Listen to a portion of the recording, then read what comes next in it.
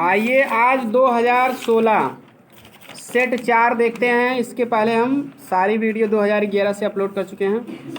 तो ये class 10th UP board है, इसका 16 का चौथा सेट हल करते हैं। अब देखिए पहला जो आया है each of one of us, आपके सिलेबस में नहीं, काट दीजिए, आगे बढ़ जाइए। दूसरा है what were Pandit Jawaharlal Nehru's views about the river Ganga and about the people of country. Pandit Jawaharlal Nehru को गंगा नदी और भारत के लोगों के प्रति क्या क्या दृष्टिकोण था। या फिर why was Yaksha pleased with Yudhishthira and what did he do then. Yaksha Yudhishthira से क्यों खुश था और उसने तब क्या किया। ये दोनों क्वेश्चन आपको लिखाए गए हैं, इसकी वीडियो भी अपलोडेड है, आप देख सकते हो। अगला है what did Socrates try to teach to people by talking to them. सुकरात लोगों से बातचीत करके उन्हें क्या सिखाने का यानी शिक्षा देने का प्रयास किया। अगला क्वेश्चन है हुआ Lencho what were his main problem.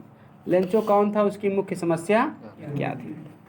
तीसरा सिलेबस में नहीं है, काट दीजिए। तो ये दोनों क्वेश्चन जो ऊपर है इसकी वीडियो आपको चैनल पे मिल जाएगी हमारे, और क्लास में भी लिखा गया है। अब देखिए फेम का क्या होगा, रेपुटेशन होगा। अप्रिसिएट का क्या होगा, एडमायर, क्योंकि अप्रिसिएट माने प्रशंसा करना। वेल्थ माने धन, तो रिचेज माने धन होता है। पजल्ड का कन्फ्यूज हो जाएगा, परेशान होना या हैरान हो जाना, कन्फ्यूज हो जाना। इन टू द मून लाइट, ये आपका फाउंटेन से आया है, इसके दो क्वेश्चन हैं। What colour is the fountain in the moon light. चंद्रमा के प्रकाश में फव्वारे का रंग कैसा होता है, तो वाइटर देन स्नो होता है। तो what happens to the fountain when the winds blow. जब हवा बहती है तो फव्वारे के साथ क्या होता है, तो it waves like a flower. कई इंपॉर्टेंट क्वेश्चन है, कई बार आए। अब देखिए कविता लिखो या 4 लाइन की कविता लिखो। सातवां क्वेश्चन है describe the one important invention made by Edison. Edison के द्वारा किया गया कोई एक मतलब कि एक महत्वपूर्ण आविष्कार लिखो। क्लियर। तो एक महत्वपूर्ण आविष्कार आप बिल्कुल बिजली के बल्ब बना सकते हो, ठीक है। होम फोन्स भी बता दोगे तो कोई दिक्कत नहीं है, कम से कम एक लिखना है। क्लियर। अगला है what changes did the village boy notice in the boy after he sat on the green mount.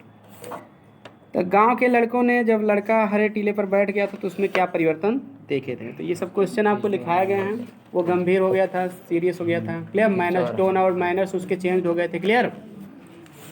तो ये सब आपको बताया गया, लिखाया गया। वीडियो आप देख लीजिए, चैनल पे आपको क्लास 10th यूपी बोर्ड के नाम से मिल जाएगा। सारे पार्ट की क्वेश्चन आंसर, वर्ड मीनिंग सभी की वीडियो, कंप्रेंशन क्वेश्चन छाटने वाले, पोएट्री प्रोज सबकी मिल जाएगी। तो तीसरा क्वेश्चन सिलेबस में नहीं है, आगे बढ़ जाइए। देखिए अगला क्वेश्चन जो आपका आया है ट्रू फॉल्स बताना है। पहला, Thomas Alva Edison was a great singer. गलत है, गायक नहीं था वो। The beautiful palace of Vikramaditya stood in Delhi. गलत है, उज्जैन में था। अच्छा, तीसरा वाला सिलेबस में नहीं है। चौथा है Vikram Samvat was its origin to Vikramaditya. सही है। अगला essential thing in life, syllabus में नहीं है। When Edison tried experiment on his servant girl, क्या हुआ था तब, फेल हो गई थी, बीमार पड़ गई थी। Electric light soon 1882। Judgement seat of Vikram found in Ujjain. अगला क्वेश्चन है आपका ग्रामर से है। तो पहले रीऑर्डरिंग करना, सब्जेक्ट लिख दो आई, क्रिया shall ever remember you. I shall ever remember you, मैं तुमको हमेशा याद करूँगा। Ever means always. चलिए आगे देखते हैं। हु राइट्स ए लेटर, पैसुबास बनाना है। तो by whom is a letter written कह दो, या who is a letter written by. Clear. दोनों तरीके से बना सकते हो। अगला है I said to my teacher sir please. तो प्रार्थना प्रकट हो रहा है, आई रिक्वेस्टेड हो जाएगा। I requested my teacher. अब यहाँ टीचर के बाद जैसे रिक्वेस्टेड कर दियो तो सर लिखो चाहे ना लिखो। रिक्वेस्ट रिस्पेक्टफुली लिखना चाहो तो लिख दो, नहीं तो कोई दिक्कत नहीं है। आई requested my teacher respectfully. Clear. उसके बाद क्योंकि रिक्वेस्ट करोगे सम्मानपूर्वक ही करोगे, इसलिए नहीं भी लिखोगे चल जाएगा। फिलहाल लिखना चाहो तो लिख सकते हो। आई रिक्वेस्टेड माई टीचर या रिस्पेक्टफुल्ली। टू कर सकते जोड़ दो, टू एक्सप्लेन दिस का दैट हो जाएगा। That stanza again. I requested my teacher respectfully to explain that stanza again. Explain मान होगा यहाँ समझाना, कि उस स्टैंजा को दोबारा समझा दें।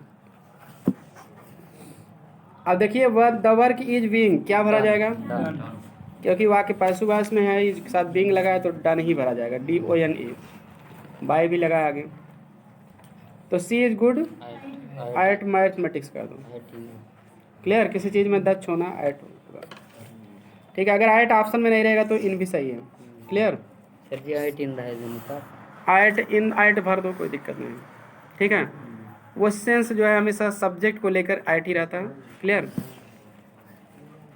अब आगे देखते हैं, विल यू वेट, क्या तुम इंतजार करोगे, अनलेस आई कम कर दो, जब तक कि मैं आ ना जाऊँ। आई रिटर्न भी कर सकते हो, जब तक मैं वापस ना आ जाऊँ, या कम बैक भी कर सकते हो, जब मैं कम बैक माने भी वापस आना। क्लियर। अच्छा, इंटेलिजेंट कर दो, INTELLIGENT, सिग्निफिकेंस। अब देखिए SIGNIFICANCE। अच्छा, अगला है रमेश में आर बड़ेस कर दो, सुरेश में एस बड़ेस कर दो, मैं और मेरा छोटा भाई दोनों को बड़े अंग्रेजी बड़ेस कर दो पहला। चलिए, रमेश से to Suresh, comma inverted comma, did में डी बड़ेस कर दो पहला अक्षर, did the teacher call you, प्रश्नवाचक का निशान लगा कि इन्वर्टर कामा बंद कर दो। मेरा मित्र आज सवेरे की रेलगाड़ी से बरेली से आया है, तो ट्रांसलेशन चलिए कर लीजिए। तो पहले हो जाएगा my friend has come, clear, has come, हाँ, कम फ्रॉम बरेली, ठीक है, कम फ्रॉम बरेली, हाँ, my friend has come from Bareilly, तो बरेली की स्पेलिंग लिख लो BAREILLY। Clear, from Bareilly by morning train का दो, सवेरे की रेल का, morning train today, by morning train today. मुझे उसे इलाहाबाद के दर्शनीय स्थान दिखाने हैं, देखो I have to show him, SHOW, I have to show him, या I am to show him तब भी सही है, कोई दिक्कत नहीं। आई हैव टू या I am to show him, SHOW, show him the दर्शनीय स्थान के लिख लो visiting places, VISITING, visiting places, PLACES, the visiting places, visiting मतलब विजिट माने देखने जाने वाला स्थान, उसको दर्शनीय स्थान। Clear, visiting places of Allahabad,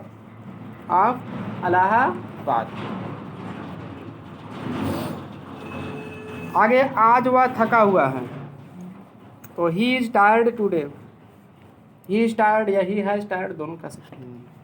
he is tired today, tired means थका हुआ टूडे। मैं कल उसे गंगा और यमुना का संगम दिखाने ले जाऊंगा, आई shall take him,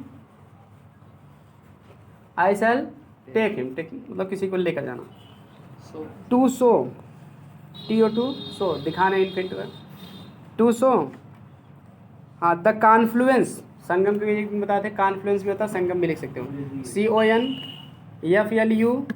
CONFLUENCE, the confluence of the Ganga and the Yamuna.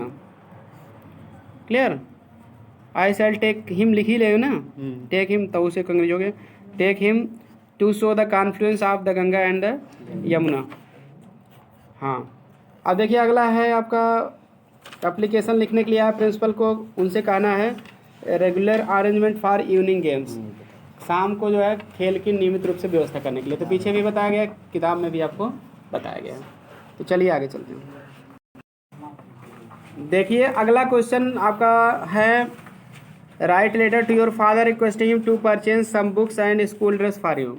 पिता को पत्र लिखना है, उनसे कहना किताब और कुछ ड्रेस खरीदने के लिए आपको पैसे की ज़रूरत है। Clear, to purchase some book मतलब उनको कह दो कि नहीं खरीद ही दें आपके लिए, किताब और कुछ ड्रेस आपको खरीदने, इसके लिए लिखना है। तो पैसे के लिए जो आप याद किए हो वही बता दो, आपको खरीदने के लिए बता दो, केवल पैसे आप मत मांगो, कह दो कि हमको खरीदना है, आप खरीद दीजिए। Clear, my mother, pollution, Indian festival, तीनों आपको बताया गया है इंपॉर्टेंट निबंध।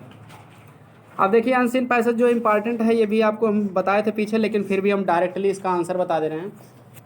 अब देखिए पहला क्वेश्चन कह रहा है why was the shopkeeper surprise, दुकानदार आश्चर्यचकित क्यों हो गया था। जब आप कहानी पढ़ोगे तो इसमें देखिए यहाँ आएगा, तो पहले आप लिख देना the shopkeeper was surprised, clear.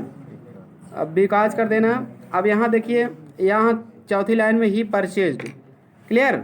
ही की जगह लिख देना ए मैन, द मैन या a man, clear. He man के लिए लगा मैन लिख देना, purchase all the birds from the shopkeeper, ठीक है। जब शॉपकीपर लिखे हो तो हिम भी लिख सकते हो, या शॉपकीपर ही लिख दो, एंड सेट देम फ्री, कि मतलब दुकान आदमी पूरा पक्षी खरीद लिया था दुकानदार से और उसे उड़ा दिया, पैसा देके खरीदा उसी के सामने उड़ा दिया, तो आश्चर्यचकित हो गए कि इतना पैसा क्यों लगाया जब उड़ाना ही था, क्लियर। क्योंकि ऐसा कोई सोचा नहीं रहता तो हो जाता तो आश्चर्य होता। अगला question, what did the man से टू द शॉपकीपर, आदमी ने जो है तब दुकानदार से क्या कहा था जब वो पूछा कि क्यों उड़ा दिए। तो देखिए आंसर है नीचे, the man said to him, him की जगह द शॉपकीपर कर देना है। इफ़ यू हैड बीन से लेके लास्ट तक, like no for had been in prison like me for no fault you have the same. तो आदमी ने ये कहा था कि अगर तुम भी मेरी तरह बिना किसी गलती के जेल में होते तो तुम भी ऐसा ही करते, क्लियर। तो आदमी बिना गलती जेल में था, बंद हुआ था, तो जान रहा कि भाई पक्षियों को भी बंद किए जेल में अनायास बिना किसी गलती के, तो वो सोचा कि इनको खरीद के हम उड़ा दें तो कुछ पुण्य का काम कर दें, इसलिए वो उड़ा दिया था। बात समझ गए ना, ऐसी कहानी थी। तो चलिए अब अगला सेट हम हल करते हैं। अच्छा, अब अगला सेट आपको अगली वीडियो में हल कराया जाएगा। तो चलिए मिलते हैं नेक्स्ट वीडियो में। वीडियो पसंद आए तो लाइक, सब्सक्राइब और शेयर करें। Thanks for watching this video.